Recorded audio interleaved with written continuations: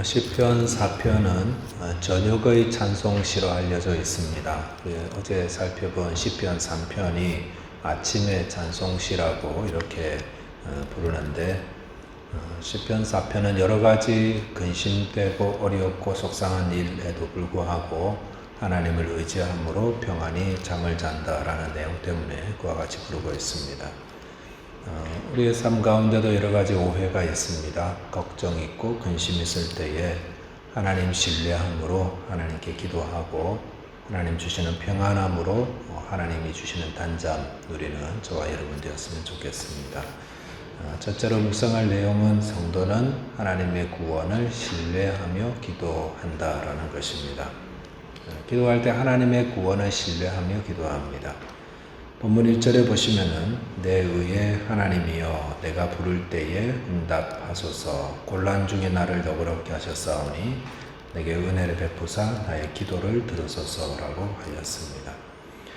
다윗이 하나님께 기도하면서 하나님을 내 의의 하나님이라고 불렀습니다. 의의 하나님을 공동 번역 성경에 보니까 내 무죄함을 밝히시는 하나님 이렇게 번역하였습니다.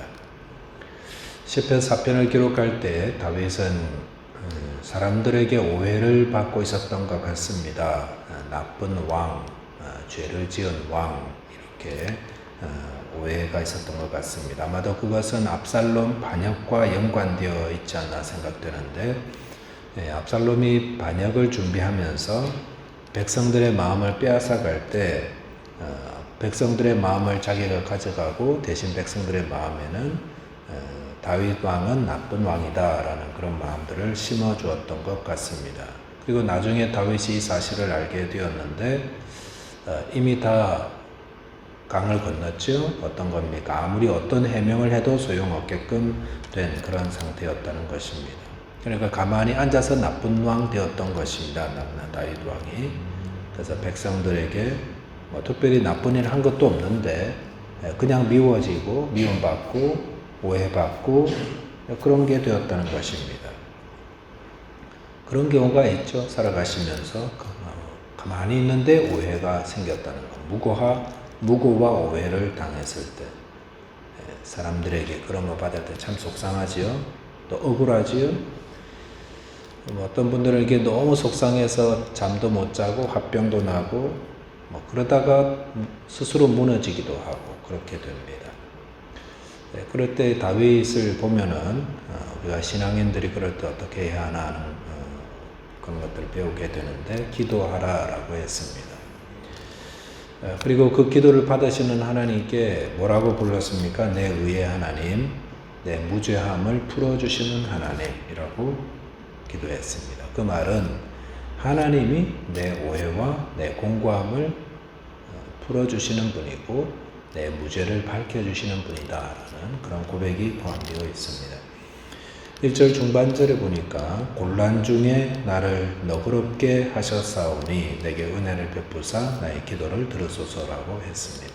다윗이 하나님이 곤란 중에 나를 너그럽게 하셨다라고 했습니다. 과거에 그런 일이 있었다는 것입니다. 다윗이 과거에도 그와 비슷한 오해가 있었을 때 하나님께 기도했더니 하나님께서 그럴 때마다 자신을 그 곤란 중에서 나를 너그럽게 보시고 나에게 응답해 주시고 나를 구원해 주셨다라는 거.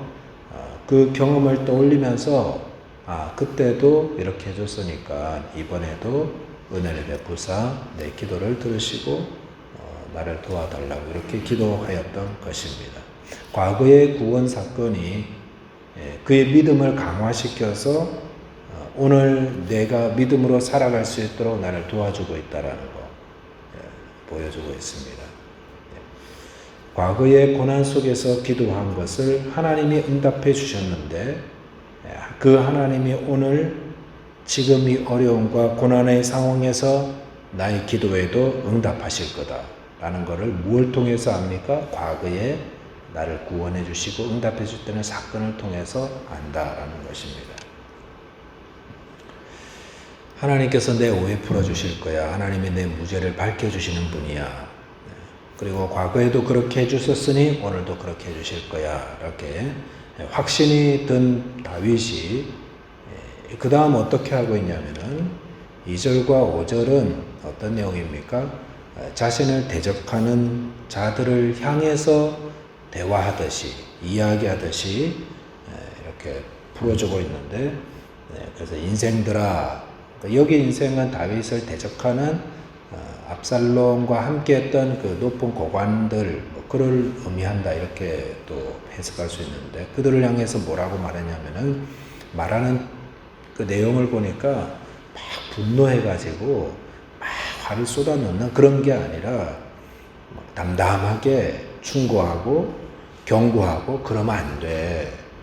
그러면 망하는 거야. 하나님이 떨며 범죄하면 안 돼. 이런 식으로 회개를 촉구하는 그런 말을 하고 있습니다. 여유와 담대함을 가지고 그를 곤란하게 만들었던 사람들을 대하고 있다라는 것입니다. 이게 바로 하나님을 의지해서 기도함으로 응답을 받는 자의 믿음의 사람의 모습이다라는 것입니다. 오해받는 것은 참 속상한 일입니다. 내가 하지도 않은 일 가지고 나를 그런 식으로 몰아가고 또 그런 일이 들렸을 때 참 속상하죠. 그럴 때에 오해를 풀 수 있으면 참 좋습니다만은 그러지 못하는 경우도 있습니다. 그럴 때 너무 속상해하지 마라. 그리고 하나님은 다 아신다. 그리고 하나님이 나의 오해와 나의 무고를 다 밝혀주시는 분이다 라는 것을 믿고 기도하라는 겁니다. 과거에도 한번 떠올려 보세요. 과거에도 속상한 일이 있고 어려움이 있을 때 하나님께 기도해서 하나님이 구원해 주셨듯이 오늘도 앞으로도 하나님이 성도의 기도에 신실하게 응답하실 것이다. 과거에 그런 경험 없습니까? 그럼 오늘부터 만들면 되는 거예요.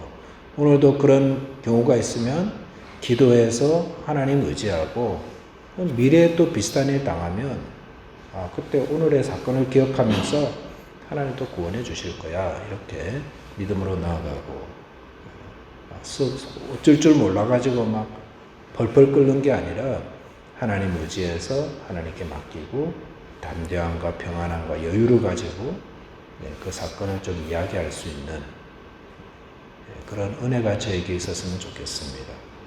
저와 여러분께서 살아가면서 어차피 살다 보면 오해도 있고 공고함도 있고 그런 것도 있습니다. 그럴 때에 하나님을 의지하고 하나님께 기도함으로 담대함과 또 여유, 평안함 다 누리게 되시기를 바라겠습니다. 두 번째는 성도는 기도하고 그 결과를 하나님께 맡긴다라는 겁니다. 기도하고 결과는 하나님이 제일 좋게 해주실 거야. 그런 믿음 가지고 좀 맡겨버리는 그런 게 꼭 필요합니다. 보면 6절에 보니까 여러 사람의 말이 우리에게 선을 보일 자 누구냐 하오니 여호와여 주의 얼굴을 들어 우리에게 비추소서라고 하였습니다. 여기서 여러 사람이라는 것은 다윗과 함께 있는, 다윗을 따르고 다윗을 도와주는 그런 사람들을 말하고 있습니다. 끝까지 다윗을 따라서 도와주던 충성된 사람들을 말하고 있습니다. 근데 그 사람들도 보는 눈이 있을 거잖아요. 듣는 귀가 있을 거잖아요. 근데 지금 되어지는 거 보니까 별로 이렇게 좋지 않은 겁니다. 그러니까 우리에게 선을 보일 자 누구냐. 이 말의 뜻은 우리에게 언제 좋은 일이 생길까? 우리에게 언제나 우리의 상황이 좀 바뀌어서 과거처럼 그렇게 살 수 있을까? 낙담하고 있는 그런 모습을 말하고 있습니다. 상황 보면서 아유 끝났다. 좋은 시절 다 지났다. 이렇게 낙담하고 있을 때에 다윗이 뭐라고 고백했냐면 여호와여 주의 얼굴을 들어 우리에게 비추소서라고 하였습니다. 위대한 믿음의 사람의 고백이죠. 주위의 상황을 보면서 내 편을 드는 사람들까지도 막 낙심하고 있을 때 믿음의 사람은 하나님 바라보면서 주님의 얼굴빛을 비춰주십시오. 그래서 이들로 주님의 영광을 좀 보게 해주십시오. 이렇게 기도하는 것입니다. 엘리사 선지자를 돕던 사원이 어느 날 아침에 문을 열고 나와봤더니 아마 성 가까이에 있었나 보죠. 성 밖을 늘 보는 그런 습관이 있었는데 보니까 깜짝 놀란 거예요. 밤새 그 이웃에 있는 아람 군대가 쳐들어와 가지고 성을 완전히 포위해버린 것입니다. 그래서 거대한 아람 군대를 보면서 그 성경이 참 그 감탄사까지 탄식하는 말까지 이렇게 돼요. 내 주여 우리가 어찌하리까.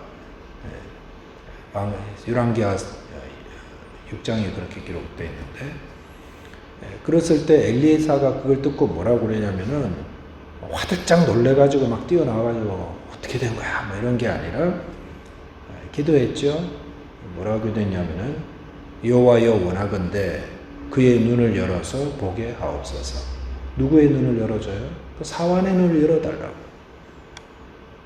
열어서 뭘 바라는 겁니까? 그래서 하나님께서 그의 사환의 눈을 열어주시니까 뭐가 보였냐면은 하나님의 불말과 불병거가 산에 엘리사를 호위하고 가득한 것을 보게 되었습니다.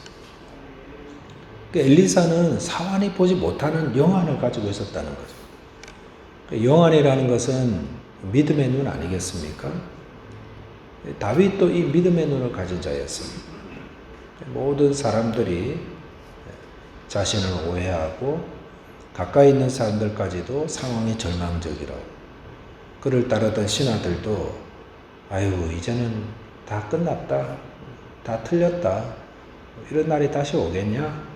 한탄하고 있을 때 다윗이 주의 얼굴을 들어 우리에게 비추소서 라고 기도하는 것입니다. 믿음의 사람의 특징은 절망하지 않는다는 겁니다. 상황 보면서도 절망하지 않고, 주의 사람들 말 들으면서도 휘둘리지 않고, 그저 뭐만 바라봅니까? 구원의 하나님을 바라보며 늘 기도하는 사람입니다. 이렇게 믿음의 기도를 드릴 수 있는 것은 그가 문제를 어떻게 푸는지를 알아서가 아니라, 우리는 그 방법 모릅니다. 이 어려움이 어떻게 풀릴지, 이 무고함을 어떻게 하나님이 밝힐지 모르지만 분명히 아는 것은 우리가 기도하면 그 기도를 들으시는 하나님께서 그 모든 어려움을 하나님의 기가 막힌 방법으로 푸시고 가장 좋은 결과를 우리에게 가져다 주신다는 겁니다. 마치 자녀들이 이렇게 못해가지고 부모에 가져오면 그래 알았어 하면서 쭉 이렇게 풀어가지고 딱 주듯이, 그 하나님이 그런 하나님이시다는 거 믿는 믿음이 있을 때에 담대함을 가질 수가 있습니다. 7절에 보시면은 주께서 내 마음에 두신 기쁨은 그들의 곡식과 새 포도주가 풍성할 때보다 더하니이다 라고 하였습니다.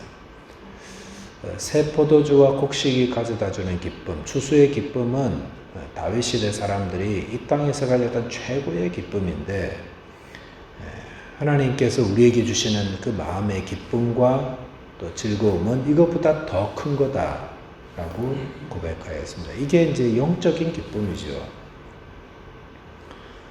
믿음의 사람은 하나님 주시는 결과가 참으로 기쁨과 감사로 풍성하다는 것을 압니다. 그것은 이 땅에 얻는 어떤 기쁨과도 비교할 수 없는 것입니다.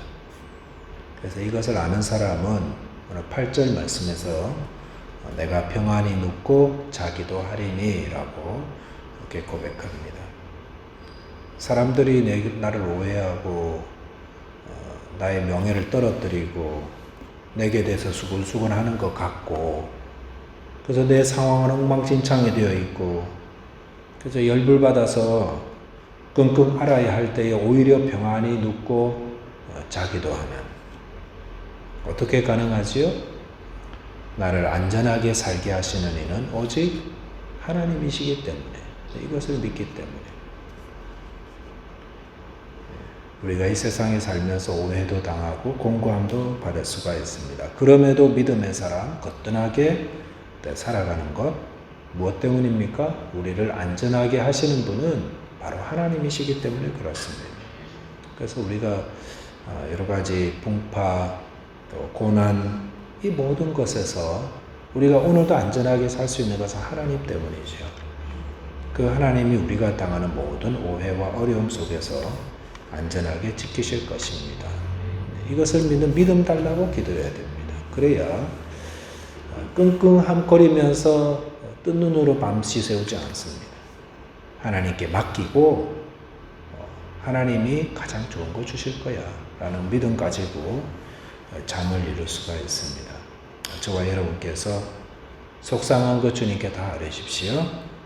그리고 믿음 주셔서 주님 맡기고 잠자게 해달라고 이렇게 기도하심으로 하나님이 주시는 귀한 평안한 잠 누리는 은혜 다 누리게 되시기를 바라겠습니다. 기도하겠습니다.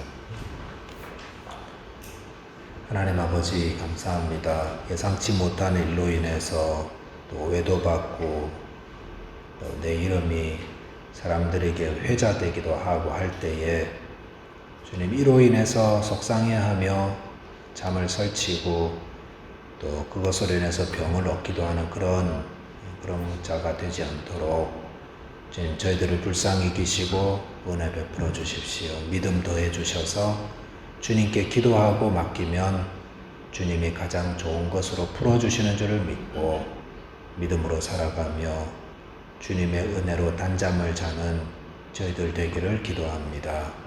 주님은 살아계시고 하나님의 선한 손길이 오늘도 우리를 안전하게 보호하시고 인도하시는 줄을 믿사오니 주님 저희들의 연약함을 아시고 도와주시고 힘주시고 또 모든 오해도 잘 풀려져 가게 하시고 속상한 것도 다 풀려지고 하나님께 영광 돌리는 저희 되게 하여 주옵소서. 오늘 우리의 삶 가운데 우리를 지키시고 보호하시고 또 능력 주시고 평안함과 담대함 주시는 주님을 찬양하오며 우리 주님 예수 그리스도 이름으로 기도하옵나이다.